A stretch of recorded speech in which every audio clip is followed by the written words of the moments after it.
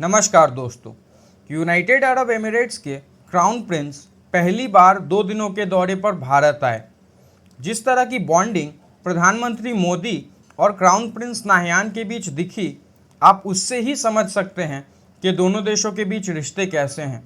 अपने इस दौरे में क्राउन प्रिंस ने भारत के साथ बहुत से मुद्दों पर चर्चा की, मगर सिविल न्यूक्लियर एग्रीमेंट सबसे ज़्यादा चर्चा में रहा। जानेंगे भारत और यूएई की सिविल न्यूक्लियर एग्रीमेंट के बारे में और कैसे यूएई भारत का बेस्ट फ्रेंड बन गया। मेरा नाम है आशीष और आप देख रहे हैं आसान भाषा में। शुरू से शुरू करते हैं दोस्तों। असल में भारत और यूएई बहुत पहले से ट्रेड कर रहे हैं।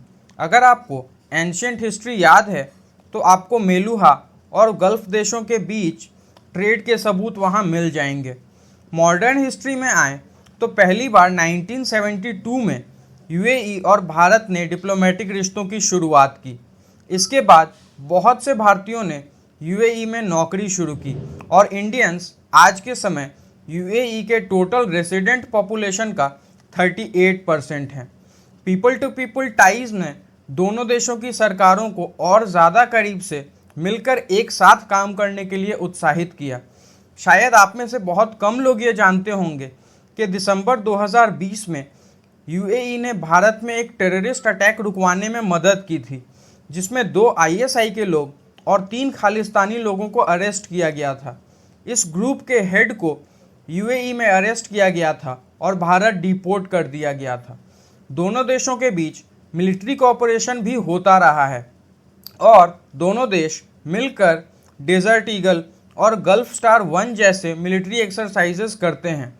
दोनों देश सारे फील्ड्स में एक साथ काम करते हैं, फिर चाहे वो पॉलिटिकल हो या इकोनॉमिक, मिलिट्री हो या टेक्नोलॉजी और इनोवेशन। आइए डिटेल में जानते हैं इस दोस्ती के बारे में, मगर उससे पहले अगर आप चैनल पर नए हैं तो प्लीज़ इस वीडियो को लाइक कर दें और आसान भाषा में को सब्सक्राइब कर दें। दोस्तों, सबसे पहले इकोनॉमिक टाइज की बात करते हैं। साल 2022-23 में भारत और यूएई का बायलैटरल ट्रेड करीब $85 बिलियन का था। चाइना और यूएसए के बाद यूएई भारत का तीसरा सबसे बड़ा ट्रेडिंग पार्टनर है। अभी कुछ साल पहले ही दोनों देशों ने 2022 में फ्री ट्रेड एग्रीमेंट साइन किया है। यूएई चाहता है कि भारत के साथ उसका ट्रेड $100 बिलियन तक जाए, मगर बिना पेट्रोलियम प्रोडक्ट्स के। $100 बिलियन का नॉन ऑयल ट्रेड काफ़ी बड़ा एस्पायरेशन है और इसके लिए अलग अलग फील्ड्स में दोनों देश मिलकर काम कर रहे हैं। हाल ही में इंडियन इंस्टीट्यूट ऑफ टेक्नोलॉजी ने भी भारत के बाहर अपना पहला कैंपस यूएई में खोला है। यूएई भारत के टॉप 10 इन्वेस्टर्स की लिस्ट में हमेशा शामिल रहता है। इसके अलावा कल्चरल टाइज को भी प्रमोट करने की कोशिश यूएई कर रहा है। उसका असर ये हुआ कि आज अबू धाबी में एक हिंदू मंदिर बनकर तैयार है और उसका पूरा श्रेय शेख मोहम्मद बिन जायद को जाता है। उनकी रिफॉर्म पॉलिसीज़ ने पूरी दुनिया को यूएई का एक नया रूप दिखाया है। दोस्तों, जब यूएई से हमारे ऐसे रिश्ते हैं तो सिविल न्यूक्लियर कोऑपरेशन कोई बड़ी बात नहीं है। इसकी बात 2015 में पीएम मोदी के यूएई दौरे के समय ही शुरू हो गई थी।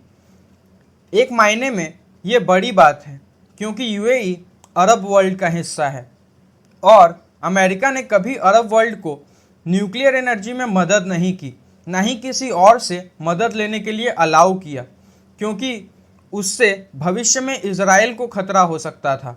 मगर क्लाइमेट चेंज से टैकल करने के लिए हमें ऑल्टरनेट सोर्सेज ऑफ एनर्जी पर फोकस करना ही होगा और न्यूक्लियर एनर्जी एक अच्छी चॉइस है, ऑफ कोर्स सिविल यूज़ के लिए। अमेरिका को भारत और यूएई के सिविल न्यूक्लियर एग्रीमेंट से कोई परेशानी भी नहीं होगी, क्योंकि I2U2 में भारत और यूएई, अमेरिका और इजराइल मिलकर काम कर रहे हैं। कुल मिलाकर एक दूसरे का फ़ायदा उठा रहे हैं और शायद इसे ही डिप्लोमेसी कहा जाता है। दोस्तों, ये तो थी इंडिया और यूएई की दोस्ती से जुड़ी सारी इन्फॉर्मेशन और कैसे इस दोस्ती ने आज सिविल न्यूक्लियर एग्रीमेंट तक का रास्ता सफ़र कर लिया है। आई होप आपको ये वीडियो पसंद आया होगा। अगर आपको ये वीडियो पसंद आए तो इसे लाइक कर दीजिए। अगर आप चाहें तो इसे अपने फ्रेंड्स और फैमिली के साथ शेयर भी कर सकते हैं। अगर ऐसी वीडियोस देखना पसंद है तो मेरे चैनल को सब्सक्राइब भी कर सकते हैं। मैं रोज़ ऐसी वीडियोस लाता रहता हूं। आज की वीडियो देखने के लिए आपका धन्यवाद। मैं मिलता हूं आपसे अगली वीडियो में।